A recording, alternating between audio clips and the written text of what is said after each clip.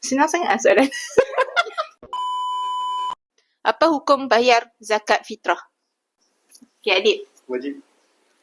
Betul. Oh my god! Wow! Bolehkah bersiwak ataupun bergigi bila berpuasa? Aifah. Boleh. Adakah boleh membayar zakat fitrah dengan beras? Boleh? Ya.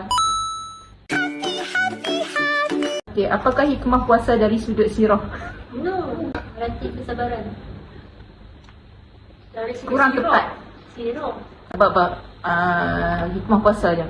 Dapat merasai kesusahan umat Islam yang lain. Sikit lagi nak dekat tu. Yang kena ikut jawapan tu. Dapat merasai kesusahan orang yang susah. Ya, betul. Umat Islam yang lain tu Ada kot orang Besar, Islam. besar. Orang umat Islam yang lain tu macam umum, ada yang susah, ada yang... Okay. Sementara tunggu soalan seterusnya, main beli jam-jam kami. Harga RM25 untuk 500 ml sahaja. Dan kami ada apa kat sini?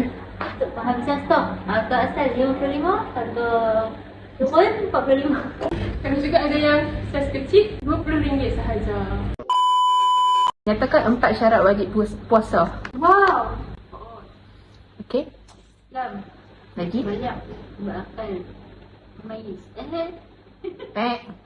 Islam balik berakal, mampu. Okey, bolehkah menggunakan inhaler bila semput di bulan Ramadan? Boleh? Betul. Okey, berpuasa di bulan Ramadan adalah rukun Islam ke? Start. Tidur.